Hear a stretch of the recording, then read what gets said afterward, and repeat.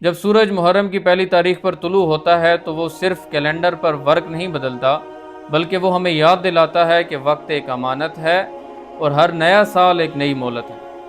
اسلامی سال کی ابتدا محرم الحرام جیسے مہینے سے ہوتی ہے کہ جسے قرآن مجید میں اللہ تعالیٰ حرمت والے مہینوں میں شمار کرتے ہیں، اور آپ علیہ الصلوۃ والسلام کا ارشاد ہے کہ یہ مہینہ اللہ کا مہینہ ہے۔ اب اس نئے سال کی ابتدا پر میں دو چیزیں ہائی لائٹ کرنا چاہوں گا۔ پہلی چیز تو یہ ہے کہ آپ علیہ الصلوۃ والسلام نے کبھی بھی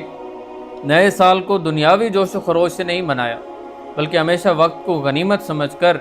تزکیہ نفس، محاسبہ اور رجوع اللہ کی دعوت دی، جیسا کہ ہمیں فرمان سے معلوم پڑتا ہے کہ آپ علیہ الصلوۃ والسلام نے فرمایا کہ عقل مند وہ ہے کہ جو اپنے نفس کا محاسبہ کرتا ہے اور موت کے بعد کے لیے تیاری کرتا ہے۔ تو پہلی چیز تو یہ کہ نئے سال کو ہم نئی نیتوں کے ساتھ اور نئے عزم کے ساتھ اور نئی توبہ کے ساتھ شروع کریں۔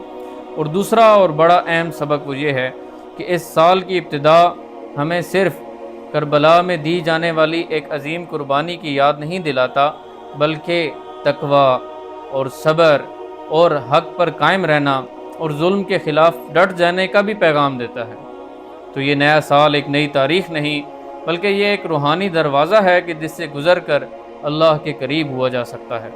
تو کیوں نہ آئیں ہم صرف اس نئے سال کو مبارک دینے تک محدود نہ رکھیں، بلکہ ہم اسے اپنی زندگی کی تبدیلی کا ایک موقع سمجھ کر اسے استعمال کریں اور پوری امت کی فکر کریں۔